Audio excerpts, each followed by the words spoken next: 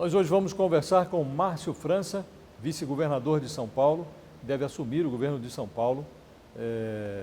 Muito obrigado por nos receber. Eu começaria lhe perguntando, logo diretamente, numa escala de 0 a 10, qual é a chance de o PSB, o seu partido, apoiar a candidatura presidencial de Geraldo Alckmin? Olha, Josias, eu acho que de 0 a 10, alguma coisa em torno de 5, né? Bem no estilo tucano, assim, mais ou menos. Porque nós já tivemos momentos diferentes, mas eu diria que hoje, assim, há uma grande parte das pessoas que preferem não ter candidato, nenhum candidato. Isso liberaria os estados para cada um se arrumar. Nós temos 10 candidatos a governador no Brasil, com chances, né, com boas chances. Alguns em reeleição, outros que estão assumindo, como agora eu aqui, o vice lá em Rondônia, enfim, algumas pessoas assim. Então, naturalmente, quando você vai para uma candidatura, você atrapalha em algumas situações, porque o partido nacionalmente tem divergências, né? E, então, a maioria, uma parte relevante, prefere não ter candidato. E uma outra parte prefere com o Alckmin por conta do arranjo local também, e porque acho, e como eu, que o Alckmin seria o melhor nome para poder presidir o país. Fora isso, existe ainda uma pequena chance de uma candidatura própria, né, que sempre está a história do ministro Joaquim Barbosa, o próprio Aldo Rebelo, Beto Albuquerque, enfim, algum nome que pudesse ser uma alternativa, né, para você ter um horário de televisão para o 40 ir para o ar, né? Mas, e ainda existe algum grupo de pessoas que defende o Ciro, porque o Ciro já foi nosso candidato, já foi nosso deputado, enfim, tem alguma relação com ele. Então, não é uma coisa simples, porque na medida que você tem muitos candidatos a governador, como nós temos, você conciliar esse interesse nacional não é uma coisa simples. Havia uma grande expectativa em relação à candidatura de Joaquim Barbosa, né? Ele se filiaria ao PSB e concorreria à presidência da República. Essa hipótese ainda está de pé? Sempre está, porque Joaquim Barbosa é um nome famoso nacionalmente, é um homem que se destacou pela sua seriedade, é alguém que as pessoas conhecem, quer dizer, não dependeria muito de ficar conhecido, ele já é conhecido, né? Quando as pessoas relembrarem dele na tela, vão lembrar dos fatos com ele. Toda pesquisa que se faz, ele tem 8, 10 pontos, portanto está no nível de competição muito elevado para quem não tem uma vida política, não é? Agora, conciliar isso com os interesses dos estados é uma outra tarefa, né? Eu não descartaria nenhuma hipótese. Acho que nós estamos ainda conversando, temos conversas agendadas, inclusive. Eu tenho muita admiração pelo fato da pessoa conseguir, como ele, fazer uma vida de vitórias, né? Com tantas adversidades. Ele é um vencedor, uma pessoa que está acostumado a enfrentar dificuldades e, claro, sabe que não vai ter... ninguém vai dar a presidente da República para ninguém. Isso é conquistado, é uma conquista. Ele tem noção de que a conquista tem idas e vindas, mas eu diria que é um nome de porte. Ele não disse não ainda aos senhores, ele continua em aberto. Eu pessoalmente nunca falei com ele, mas pelo que me informam as pessoas que falam com ele não disse não. Ele tem vontade de participar. Eu sinto que, pela informação, ele tem vontade de participar. Ele acha que pode render mais a vida pública brasileira, não é? Já deu o seu papel, enfim. Normalmente, quando a pessoa se aposenta, como ele, que, enfim, vive da advocacia, você fica sentindo um pouco da falta daquela coisa eu posso servir mais. Porque na advocacia, como na medicina, como em outras profissões, você atende um por um e você resolve um problema. Na política você pode resolver muitos problemas, né? Então talvez seja isso que ainda atrai ao Joaquim. Há um deadline para essa resposta dele? O deadline sempre é o da convenção, né?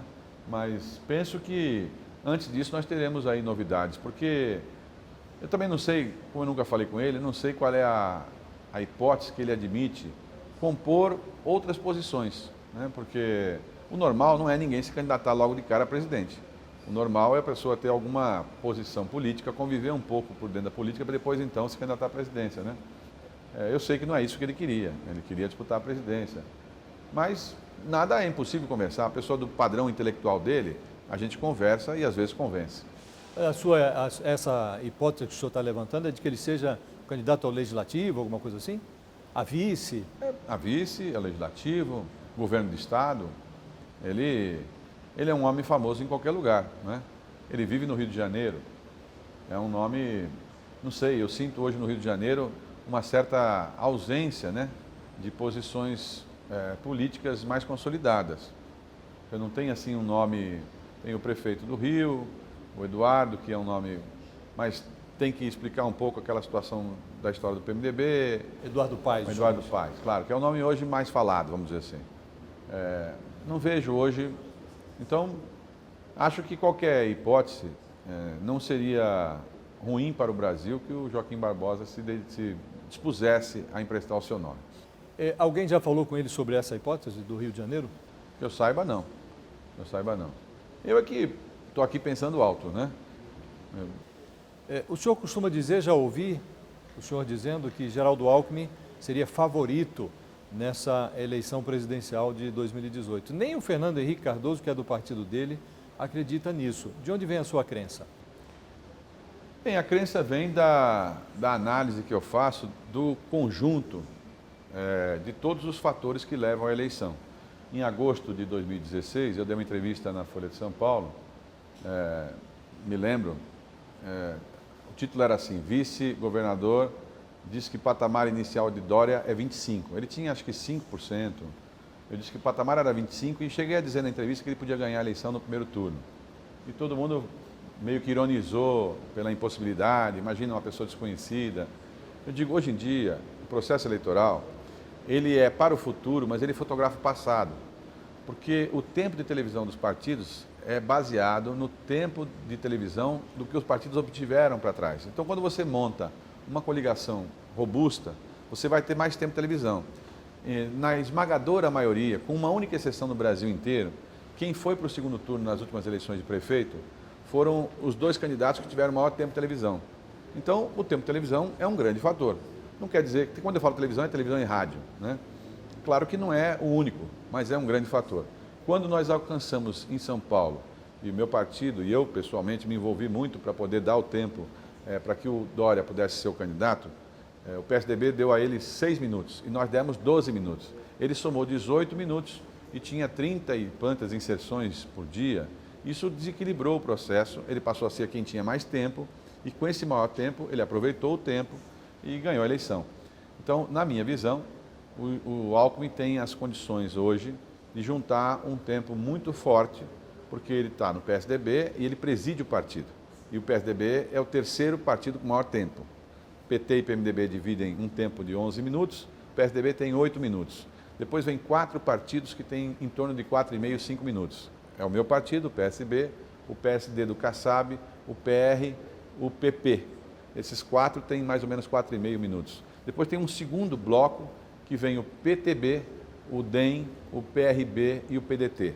Esses partidos todos aqui, que formam 11, controlam 85%, 90% do tempo de televisão. Então, claro que quem consegue juntar mais gente ali tem muita força para a eleição. Internet muda isso, atrapalha, quer dizer, atrapalha não, ela muda essa lógica, porque a internet não tem essa lógica, mas é evidente que a televisão, no formato de inserção, ela ficou muito forte. Agora, para ficar no seu raciocínio, para que ele tenha esse tempo robusto, para usar a sua expressão de televisão, ele precisaria fazer uma coligação forte. E hoje é o que se verifica, né? Os partidos estão analisando outras hipóteses, outras alternativas que não a candidatura do Alckmin. Ele não tem ainda essa coligação robusta a que o senhor se refere. Não, hoje é o seguinte, hoje ele já tem o maior tempo. Por exemplo, o PT é o PT que tem 11 minutos. Então o PT já é sozinho um tempo grande, né? Então eu sempre achei que o PT será muito competitivo, seja quem for o candidato. O PMDB não tem um nome, mas também tem 11 minutos. O Alckmin tem 8 minutos do PSDB, mas tem mais 3 do PTB que já está com ele, declarado. Então já tem 11 também. Então hoje ele já tem um tempo que é maior. Agora, eu acho que ele somará mais tempo. Ele tem tendência de somar mais tempo. Pode acontecer coisas novas. Rodrigo Maia é uma coisa nova, porque ele está montando uma engenharia que também junta lá uns 11, 12, 13 minutos. O Michel Temer é outra engenharia. Ele pode montar uma engenharia com mais 11, 12, 13, 14, até mais minutos. Então, é uma coisa significativa, né? Agora, é o conjunto da obra. Eu estou dizendo de uma pessoa que é governador pela 4ª vez, que é governador do estado mais importante do Brasil, que é alguém que todas as vezes, todo mundo fala que não está bem, e ele ganha a eleição e ainda ganha no primeiro turno, como aconteceu nas eleições passadas. É alguém que é assim, tido como uma pessoa muito respeitada. As pessoas podem gostar ou não gostar do Alckmin, mas todos o respeitam porque sabem que é uma pessoa idônea. Então, o conjunto da obra dele, por exemplo, o Brasil inteiro com dificuldade financeira, todos os estados com dificuldade. Você vê muitas situações de salário atrasado, enfim. E a pessoa olha para São Paulo e vê São Paulo mais ou menos assim, muito equilibrado em relação ao resto. E aí a pessoa fala, mas por que está tão equilibrado? E associa um pouco ao Alckmin. Então, no conjunto da obra, eu diria que ele é favorito.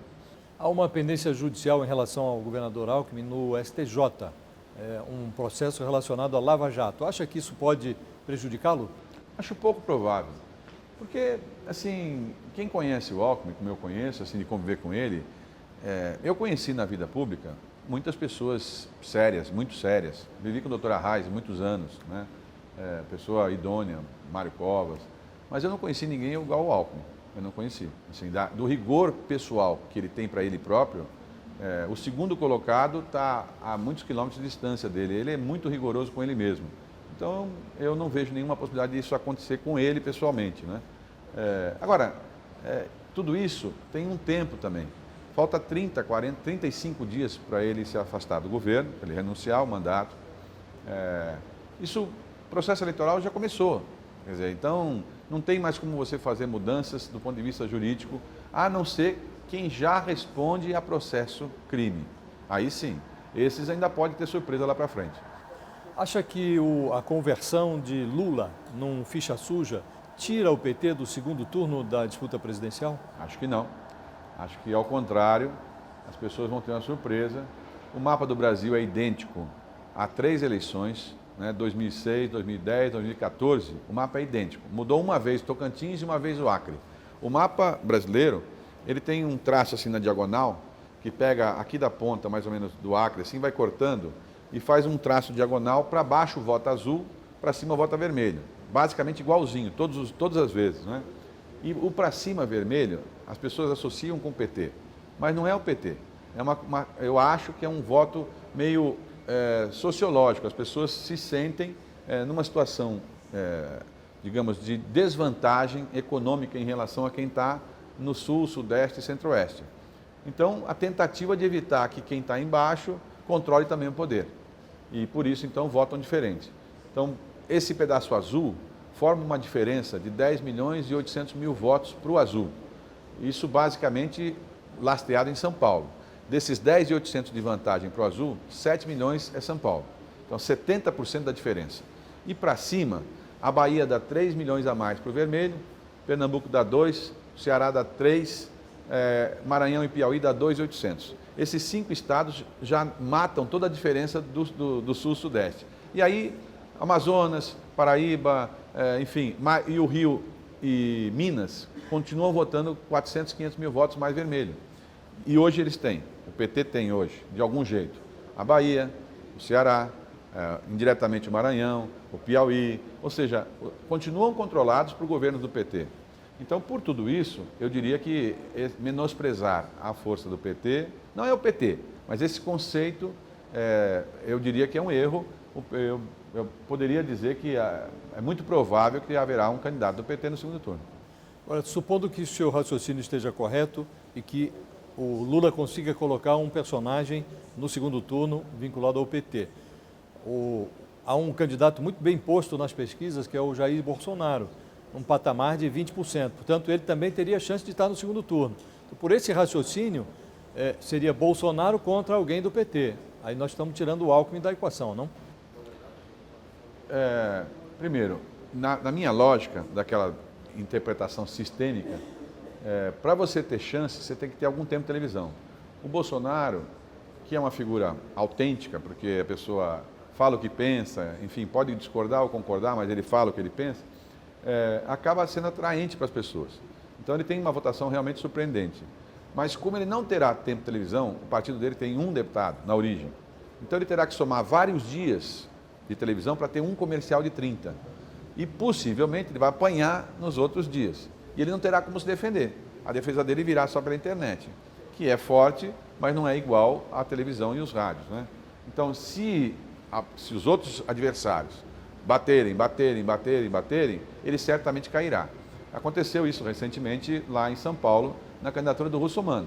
Ele tinha, e veja, o Russomano muito mais preparado em todos os sentidos, tinha vários partidos, é um homem mais fácil de você lidar e tal, e com isso ele começou a eleição com 3 partidos apoiando e 35, 36 no primeiro turno. E conforme ia passando o tempo, ele ia caindo, ele acabou com... porque ele apanhava e não tinha como se defender.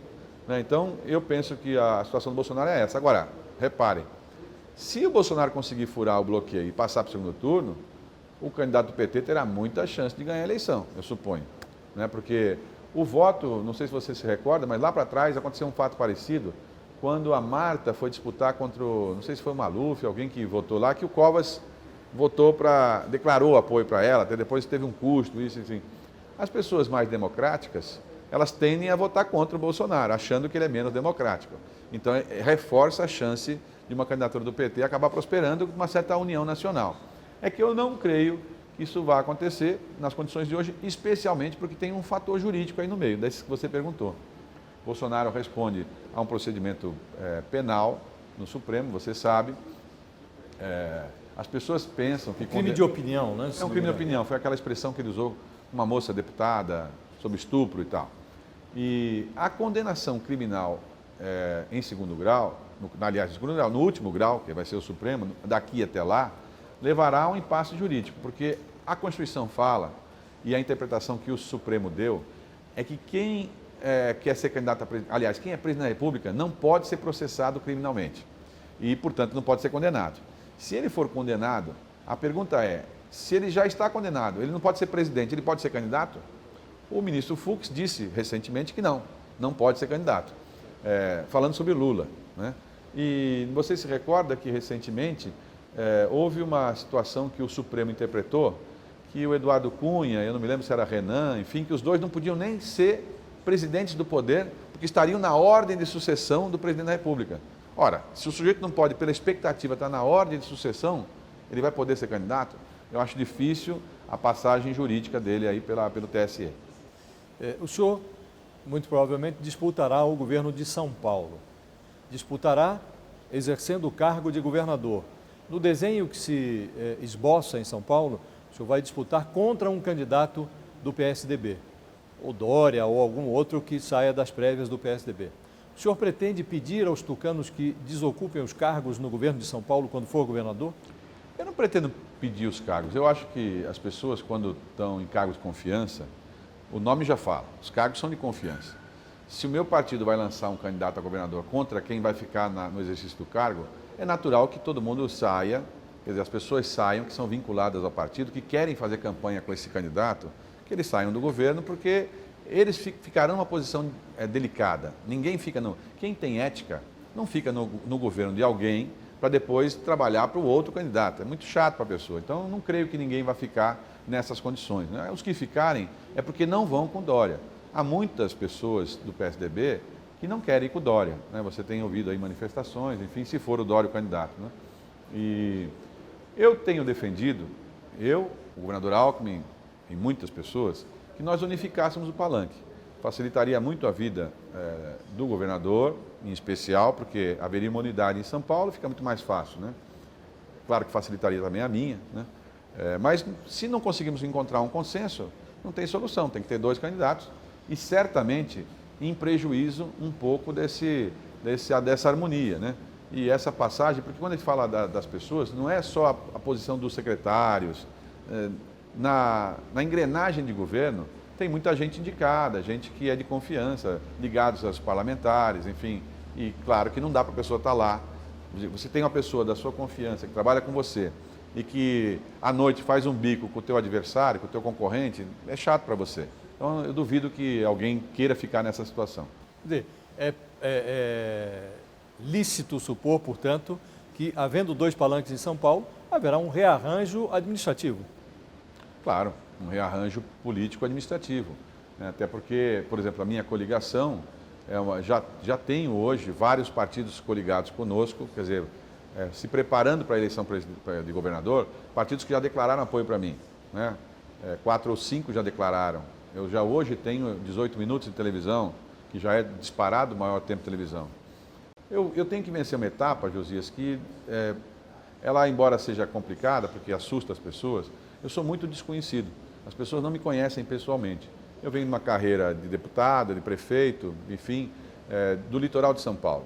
E o litoral é meio isolado do restante. Então, claro, eu não fiquei conhecido, porque você só fica conhecido em São Paulo quando você disputa eleição grande, majoritária, enfim. Então, por ser desconhecido, só 7% da população inteira de São Paulo sabe quem eu sou, sabe o meu nome, sabe que existe um vice-governador chamado Márcio França. Agora, eu suponho que na hora que o governador renuncia, e os jornais disserem, o governador renunciou, o automático das pessoas é perguntar, mas quem fica no lugar? Aí vão perguntar, quem fica? Fica um tal de Márcio França. Aí começa uma segunda etapa de conhecimento, né? Então, para isso, a gente tem hoje já vários partidos que apoiam. E eu pergunto a você, que é um profissional experiente, se vários partidos me apoiam antes de eu assumir, apostando que eu vou ficar conhecido, e não apoiam os nomes mais famosos, e essas pessoas que comandam os partidos são experientes, é porque eles sabem que vai crescer. Eles têm a noção de que vai crescer. É mais ou menos como se você dissesse, olha, se você colocar hoje o time do Barcelona contra um outro time frágil aqui e tal, a tendência é que ele ganhe. Ele pode não ganhar, mas a tendência é que ele ganhe. Então, quando você põe a pessoa assumindo o governo de São Paulo, que é um governo muito sólido, muito estável, a pessoa ficará conhecida. E eu suponho isso para poder, então, ir ficando conhecido, ter uma margem, por exemplo, dos que me conhecem, quase 40% votam em mim. Então, eu suponho que, crescendo, eu vou ser competitivo. Nesta composição que o senhor está fazendo para ter o tempo de televisão, numa situação normal, esses partidos que estão se compondo consigo almejariam participar de um futuro governo. O senhor está numa situação peculiar, porque o senhor vai assumir o governo de São Paulo. É verdade. O senhor vai antecipar a participação desses partidos na gestão que assumirá imediatamente ou eles só participarão depois da eleição? Provavelmente nós vamos ter todo mundo participando desde já. Porque não tem nenhum sentido você estar com a pessoa na sua equipe trabalhando e a pessoa não ter a oportunidade de poder trabalhar junto no projeto que vai construir a eleição. Eu não negociei com ninguém ainda espaços, porque como eu não sabia e não sei ainda qual vai ser a decisão do PSDB, que é a essência da história, é a decisão do PSDB, não dá para fazer esse movimento. Mas na medida que as pessoas, há muitos secretários que sairão porque são candidatos a deputado, no automático. 6 ou 7 são candidatos a deputado, então já sairão.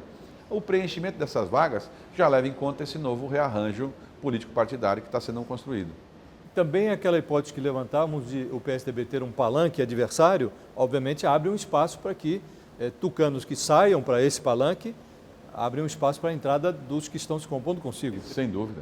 Quer dizer, as pessoas que estão compondo com a gente imaginam que vão participar da disputa e vão participar do governo. É natural, quando você faz um governo de coalizão, o governador Alckmin, por exemplo, tem hoje consigo uns 7, 8 partidos na composição do governo. Uma parte desses partidos está conosco e acho que as outras também virão. Então, não sei, minha intuição é que a gente terá uma ampla coligação de partidos, porque as pessoas que convivem comigo há muitos anos sabem que aquilo que eu combino, eu cumpro. Uma diferença importante aí em relação aos adversários. Em essência, o senhor está fazendo um tipo de composição que é um tipo tradicional de composição, para obter o tempo de televisão e de rádio e tal, que é juntar o maior número possível de partidos, negociar com esses partidos uma participação futura no governo e, com isso, fazer a sua campanha. Esse tipo de arranjo deu rolo no âmbito federal, nós estamos tendo aí problemas. Lava Jato, na essência, começou com esse tipo de composição. Não receia que o eleitor, vendo essa composição que o senhor está fazendo, fique com o pé atrás? Não receio. Eu acho que assim, a gente tem esse pressuposto de que a política tem que ser criminalizada e não pode ser feita abertamente, é errado. Por exemplo, o Covas foi governador, o Alckmin foi governador, o Serra foi governador. Nunca deu rolo com esse assunto de convivência com outros partidos. Estou dizendo para você, nós estamos no governo hoje do Alckmin com 7 ou 8 partidos ocupando o cargo de secretários. Não tem rolo, porque ele dá o tom. Quem comanda dá o tom. Olha, meu tom é esse aqui, agora tem que saber dar o tom. Não pode deixar, a pessoa não é dona do espaço, né? O espaço é do povo, não é nem meu, nem do Alckmin, nem do governo, o espaço é do povo. Agora, você não pode dizer o seguinte, eu sou bom, meu partido só que tem a verdade, só os meus aliados é que são os bons. Veja, se eu peço apoio para você me apoiar, é justo que você também indique pessoas que são pessoas competentes para trabalhar. Eu não vejo problema com isso. Tudo que a gente fala tem a ver com a situação nacional, porque nacionalmente houve essa confusão, né? Mas tudo isso por falta de pulso de quem controlou de alguma forma o comando. No caso lá de São Paulo, não houve esse tipo de... Eu não vi nenhuma situação assim grave de você falar tem um escândalo ali porque era do partido tal. Ao contrário, tem excelentes secretários de outros partidos. Temos o secretário de Agricultura, Arnaldo Jardim, que é brilhante, por exemplo, que é do PPS, faz um excelente trabalho. Então você tem várias composições que são importantes para as pessoas que estão... Porque são visões diferentes. Não há um partido hegemônico. A maioria do povo brasileiro nem partido tem. Então, não é o que a gente tem que fazer, e aí há uma diferença grave. Eu sou apaixonado pela política. Eu venho de uma família que só tem médicos. E eu optei na minha vida em fazer política. Eu tenho muito orgulho de ser político. E eu não vou mentir para as pessoas, falar, eu não sou político, eu sou gestor, eu não vou mentir. Porque eu não acho que a política esteja errada. Ao contrário, eu vejo toda a saída que pode acontecer pela política, e não contra a política, né? O senhor vai disputar o governo de São Paulo, sentado na cadeira de governador, provavelmente contra o candidato Tucano. O senhor vai mudar o estilo administrativo de São Paulo? Que tipo de mudanças vai fazer em relação ao governo Alckmin? Veja, o Alckmin tem umas marcas muito fortes e que são exemplo. Uma delas é essa, a questão da ética, da seriedade, enfim. A segunda é a estabilidade, a coisa da responsabilidade fiscal. São Paulo fechou com superávit nos últimos 4 anos, está fechando de novo, está com superávit, enfim. Isso são acertos do governo, importantes acertos. Mas cada um tem um jeito. Eu venho de uma formação ideológica diferente. Eu fui do movimento estudantil. Eu venho de um grupo de pessoas que pensa coisas diferentes. Por exemplo, eu acho que nós precisamos criar oportunidades em São Paulo e no Brasil para jovem. Eu me sinto muito incomodado com a falta de oportunidade que nós damos para o jovem brasileiro.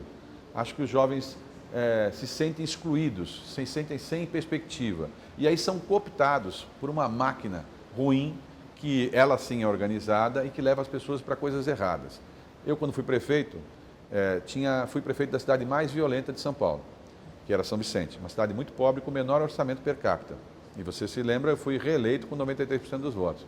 Uma das coisas principais que eu fiz lá foi isso, criar oportunidade para jovem. Nós criamos um programa, por exemplo, chamado Alistamento Civil, baseado na Constituição, que era uma proposta do Zé Gregory, do PSDB já na época, né? E eu apliquei em São Vicente e foi um grande sucesso. A cidade, do ponto de vista de criminalidade, despencou e não ficou nem entre as 100 primeiras, porque a gente permitiu que meninos que não tinham oportunidade mudassem de vida. Eu acho que, por exemplo, fica muito mais lógico você fazer essa interferência no início do que depois que a pessoa está presa, depois que a pessoa delinquiu. 56% das pessoas que são presas com 18 anos. Nós estamos sufocando uns meninos na origem. São Paulo está com 230 mil presos. Quantos presos nós vamos ter que prender? Quantos nós vamos ter que... Se a gente for só jogar peso em mais polícia, mais polícia, mais polícia, mais exército, mais não sei o que lá, mais presídio, sinceramente faz 20 anos que se faz isso.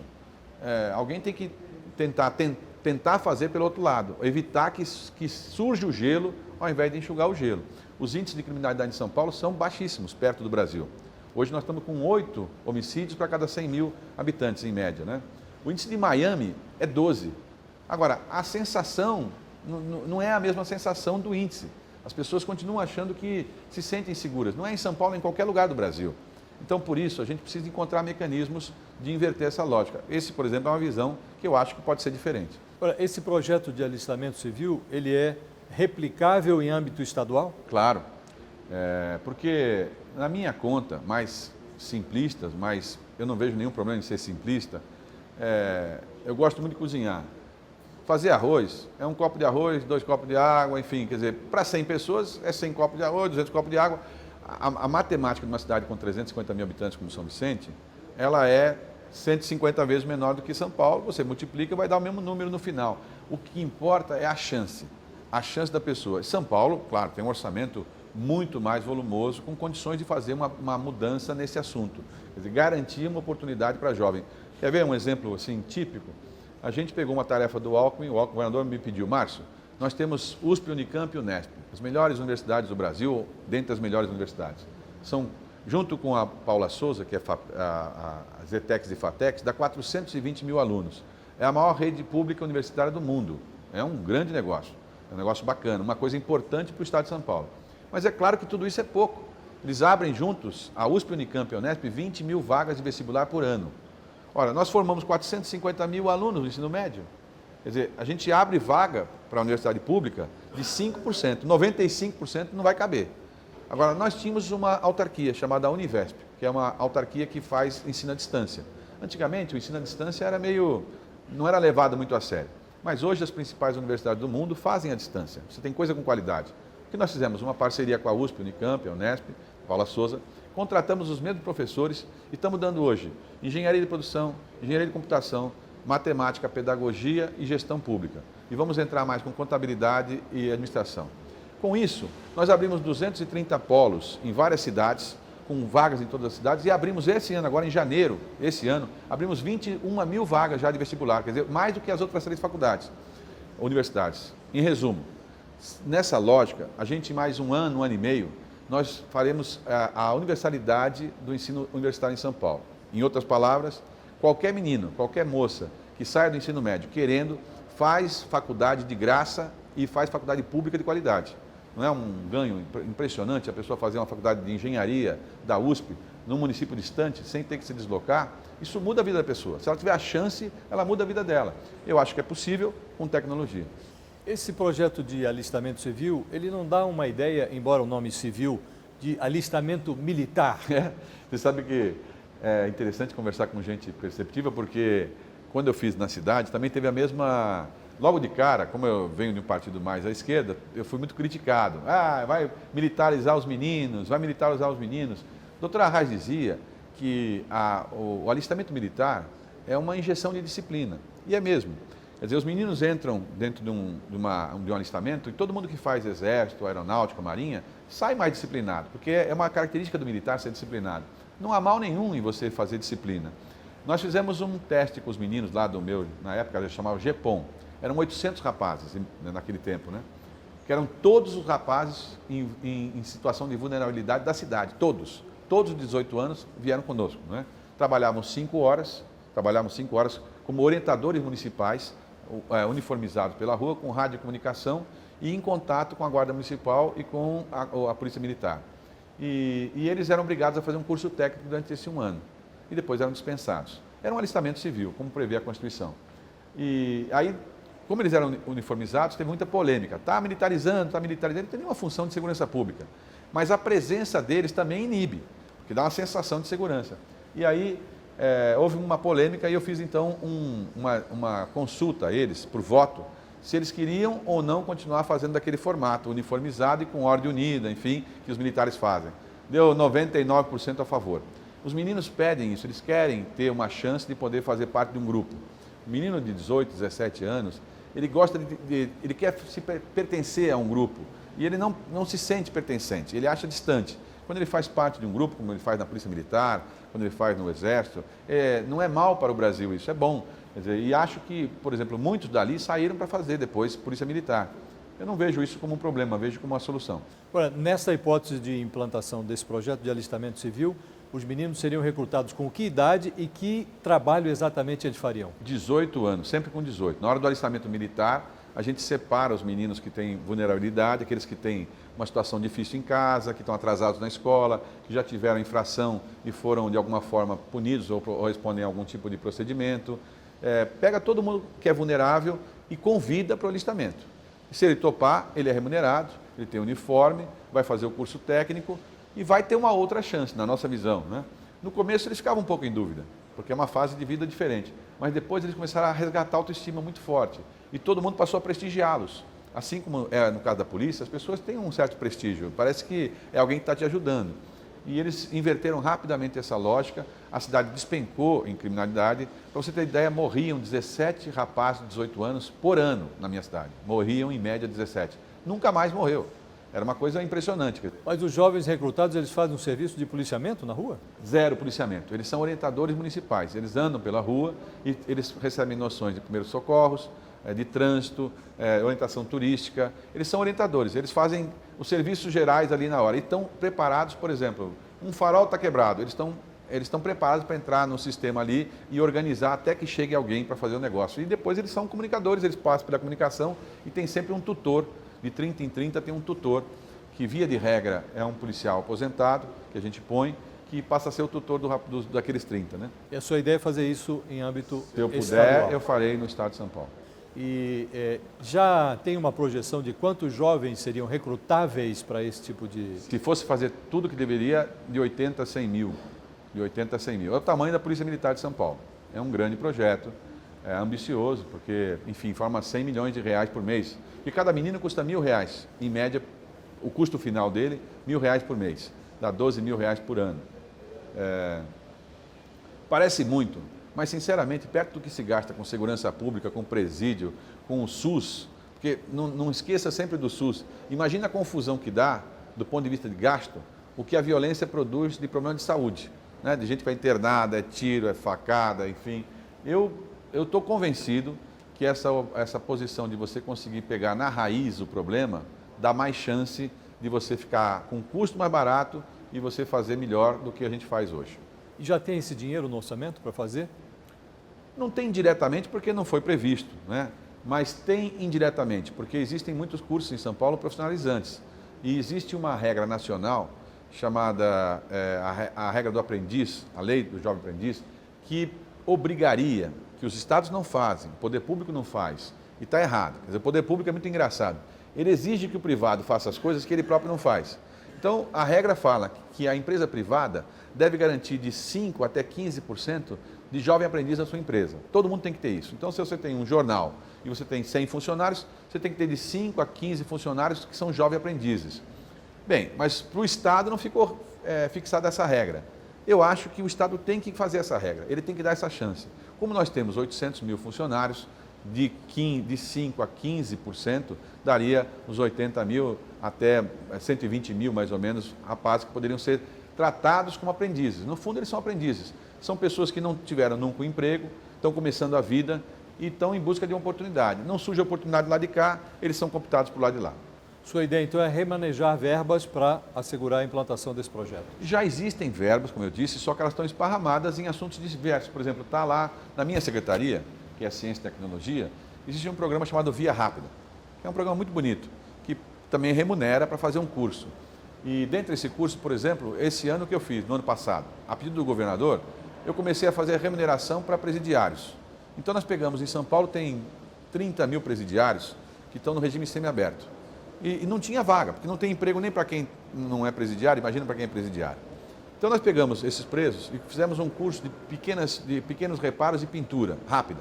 Uma semana de curso. Depois, a aula prática dele era pintar e arrumar os prédios públicos. Então eles também arrumavam e pintavam os prédios públicos. Resumo, é um grande sucesso. Pintamos milhões de metros quadrados, arrumamos um monte de escola, hospital, creche, asilo, com os presos fazendo. Eu tenho uma cena muito linda de uma filha de um presidiário que falou para o pai que pela primeira vez na vida ele tinha dado orgulho para ela, que ele estava pintando a escola que ela estudava. E ele contando isso, ele chorou, o presidiário. Por que também não podemos dar uma chance para a pessoa voltar e não acontecer de novo, né? Se você trata todo mundo como se fosse a exclusão, o sujeito volta para a rua e vai voltar a delinquir, não tem outro jeito, né? E dessa maneira, por exemplo, nesse recurso aí tem uma verba específica para isso. Se você usa para aprendiz, você pode usar para aprendiz também, como nós já temos um programa lá chamado Via Rápida 18, que dá oportunidade para meninos de 18 anos.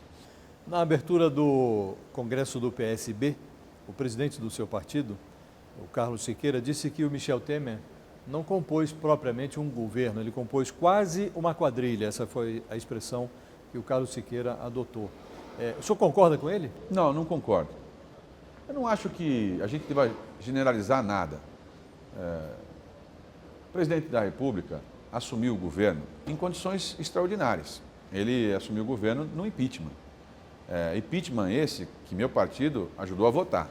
Quando você vota o impeachment, você sabe que vai assumir o vice, não tem outro jeito, né? E todo mundo sabe que nas condições que ele assumiu, ele ia ter que fazer um governo de coalizão. Não é fácil fazer isso no Brasil, porque são diversos interesses, enfim. E ele compôs o governo para sobreviver, é o que ele está fazendo. Acho que ele vai ficar com uma marca talvez não positiva do ponto de vista popular, mas não creio que a gente possa generalizar falando que é quadrilha. Aliás, eu detesto generalizações na hora de adjetivar, porque essa coisa assim, as pessoas têm a sensação que todo mundo na política não presta, e é comum, as pessoas acham isso. E quando você põe todo mundo num pacote só, dá a impressão que tem muita gente séria em todos os governos, e tem gente que não presta em todas as profissões, em todos os governos. É preciso você separar o joio do trigo. E a sua impressão de que o fato de ter 8 ministros que são ou investigados ou denunciados e tal, não distingue o governo Temer negativamente do ponto de vista ético? Eu sou advogado. Nós, advogados, defendemos que as pessoas podem ser processadas, podem ser indiciadas, elas passam a ser condenadas quando no final do processo está decidido. Eu tinha um escritório de advocacia, quando eu me formei, com 3 colegas. Um hoje é juiz, um é promotor. E houve um caso muito famoso na minha cidade, que uma menina novinha de 13 anos, adotada por uma família de uma moça, uma senhora e um rapaz. Os vizinhos disseram que ela era estuprada e o menino e a mãe faziam isso nela. E ela toda queimada com cigarro. Então a mãe, desesperada, porque o filho tinha sido preso, me procurou. E era uma situação dura, porque ela queria a defesa do filho. Quando eu cheguei no fórum, eu fui funcionário do Poder Judiciário há muitos anos, 11 anos. Então, quando eu cheguei no fórum para poder pegar o caso, olhar o processo, todo mundo falou: Márcio, não vai pegar esse caso é um absurdo. A menina foi ser viciada, queimada, enfim. Olha, advocacia e tal, peguei o processo para olhar. Era cenas assim dantescas, a menina contando e tal. E no escritório foi motivo de briga. Eu tenho 2 sócios, um deles desistiu da advocacia por causa desse caso, por isso que marcou tanto a minha vida, né? Ele falou que não tinha estômago para pegar um caso desse. Eu disse que todo mundo merecia a pena justa, mesmo que ele fosse culpado, mas que nós tínhamos que pegar. Aí, no consenso, nós estabelecemos então que nós íamos cobrar honorários que a moça tivesse dificuldade de pagar. E eu estabeleci os honorários e ela confiava muito em mim. Ela voltou depois de 3 dias com cheques. Ela tinha vendido a casa dela para poder pagar nosso escritório. E aí estava completa a equação. Ela deu o preço, ela aceitou, nós aceitamos o caso. Eu fui para a primeira audiência, a menina entrou, magrinha, novinha, toda queimada, e ela franzina, e o rapaz ali e tal. E aí o juiz perguntando e tal, e todo mundo olhando para minha cara como se eu fosse culpado por estar defendendo o rapaz, né? Foi assim uma cena muito ruim, porque todos no fórum eram meus amigos, né? Um caso famoso, o juiz hoje é desembargador em São Paulo. E aí passou. Passados uns dias, a menina foi internada, perdeu o pátrio poder, e ela foi internada num lugar para crianças que não têm pais, lá na minha cidade, em São Vicente. E, inacreditavelmente, naquele tempo, sem muita estrutura, essa instituição tinha uma câmera de televisão. E tem uma cena que parece uma coisa assim, se a pessoa não tem noção, ela acha que está tomada por um espírito. A menina aparece de noite, com um lençol, fumando, e fala para o guarda, o vigia: se você não for no meu quarto agora e ficar comigo lá, eu vou prejudicar a sua vida. Aí o cara fala: mas minha filha, você tem idade para ser minha neta. Ela pega o cigarro assim e começa a queimar ela em público, e aquilo foi gravado. Aí o juiz me chamou, soltou o rapaz e inverteu-se a lógica. O que eu quero dizer é o seguinte: culpado é quem foi condenado. Até lá, todo mundo é inocente para poder ser culpado. Depois de decretar a intervenção federal no Rio de Janeiro, o presidente Temer convocou os governadores, abriu linha de crédito do BNDES. São Paulo precisa de ajuda federal para resolver problemas relacionados à segurança, ou São Paulo não entra nessa parceria? São Paulo precisa sempre de ajuda financeira, claro. Uma coisa que podia ajudar muito, se o presidente Temer quiser fazer um trabalho sério, por exemplo, é cercar as fronteiras. São Paulo tem fronteira. Não a fronteira de terra, mas tem a fronteira marítima. Vai para o Porto de Santos e faz de verdade uma intervenção bem feita com a Polícia Federal para poder abrir container por container, mexer em coisas, enfim. É o que mais sério pode ser feito na segurança pública do ponto de vista do governo federal. Não vejo necessidade de mandar tropa para lá, porque a Polícia Militar de São Paulo é bem preparada, grande, enfim, nós temos 150 mil homens somando tudo. Mas o problema todo é o seguinte: o Brasil tem graves problemas de fronteira. O governador de Rondônia, o vice-governador que está aqui, me contando esses dias, E para uma fronteira gigante de Rondônia tem 300 homens da Polícia Federal. É impossível você fazer isso, entendeu? Então, não creio que São Paulo necessite de ajuda de homens, mais homens. São Paulo precisaria de ajuda financeira. Se ele puder mandar mais recursos, a gente coloca outros programas. Esse é um. Se ele quiser mandar recursos para poder garantir que os meninos tenham uma chance e implantar um programa desse nacional, né, seria muito bom para o Brasil. A União não tem recurso, né? Parece que ele abriu uma linha de crédito do BNDES, 42 bilhões, sendo 5 bilhões neste ano, né? O resto vai tudo para o próximo presidente. Né? Olha, Josias, eu sou daqueles que acham que sempre existe recurso. Precisa ter a decisão política, precisa ter o interesse político. O recurso é fruto da decisão política. Corta alguma coisa e faz outra. É isso, corta alguma coisa. Qual é a prioridade? Governar, como diz o Alckmin, é definir prioridade. Qual é a prioridade? Se essa é uma prioridade dele mesmo, tem que cortar outra coisa, corta algum pedaço de algum outro assunto. Ah, mas esse assunto não dá, essa obra não dá, tem que cortar algum lugar. O que eu acho assim. E outra coisa, nós temos que... o Brasil voltou a crescer, graças a Deus, depois de muita dificuldade, né? Então, em São Paulo estamos crescendo 0,6% ao mês. Isso quer dizer 7% ao ano. É significativo, né? O orçamento da União também acontecerá isso. Agora, é preciso criar prioridades. Se essa é a prioridade, então tem que cortar de outro lugar e colocar nesse lugar. Na equação do projeto presidencial de Geraldo Alckmin, São Paulo é essencial, por ser o estado dele e por ser o maior colégio eleitoral. Acha que esta divisão entre a sua candidatura e uma outra candidatura do PSDB pode prejudicar a candidatura do Alckmin? Pode. Não é o melhor dos quadros. O melhor dos quadros é a candidatura unificada, né? Não deve porque a gente, enfim, vai saber conduzir de um jeito que não tenha muitos problemas. Mas normalmente, Josias, funciona assim. Como na vida, no meu tempo, de menino jogando bola na praia lá. Nós somos amigos, mas eu coloco camisa azul, você coloca vermelha, vamos jogar bola. A primeira paulada que você me der, reage na paulada. Quer dizer, a coisa vai criando um corpo. Tem jogo às vera e jogo às brinca, mas em qualquer jogo há disputa. Só há uma vaga. É claro que haverá disputa, havendo disputa, haverá algum conflito, né? Vamos tentar trabalhar para que tenha o menor possível, mas o ideal seria realmente uma candidatura única.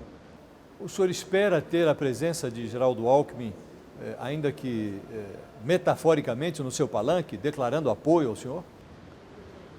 Claro que eu espero. Acho que a reciprocidade da lealdade que eu tive com ele é aquela que eu espero dele comigo, né? E tudo me leva a crer que sim, porque ele é uma pessoa muito correta, não teria por que não ser leal com quem foi leal com ele, né? Agora, tem impedimentos legais, e aí que está o problema.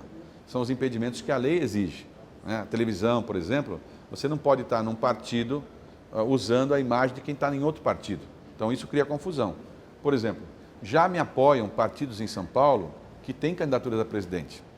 Então, é uma situação delicada. Digamos, vai amanhã um candidato a presidente da República no seu estado. O partido dele está na sua coligação, te apoia. E o seu, de verdade, está na outra coligação que não pode te apoiar. É uma situação constrangedora para mim, para ele. Vamos tentar encontrar um jeito de poder sobreviver, mas é claro que não é o ideal. Muito obrigado pela sua entrevista. Muito obrigado a você.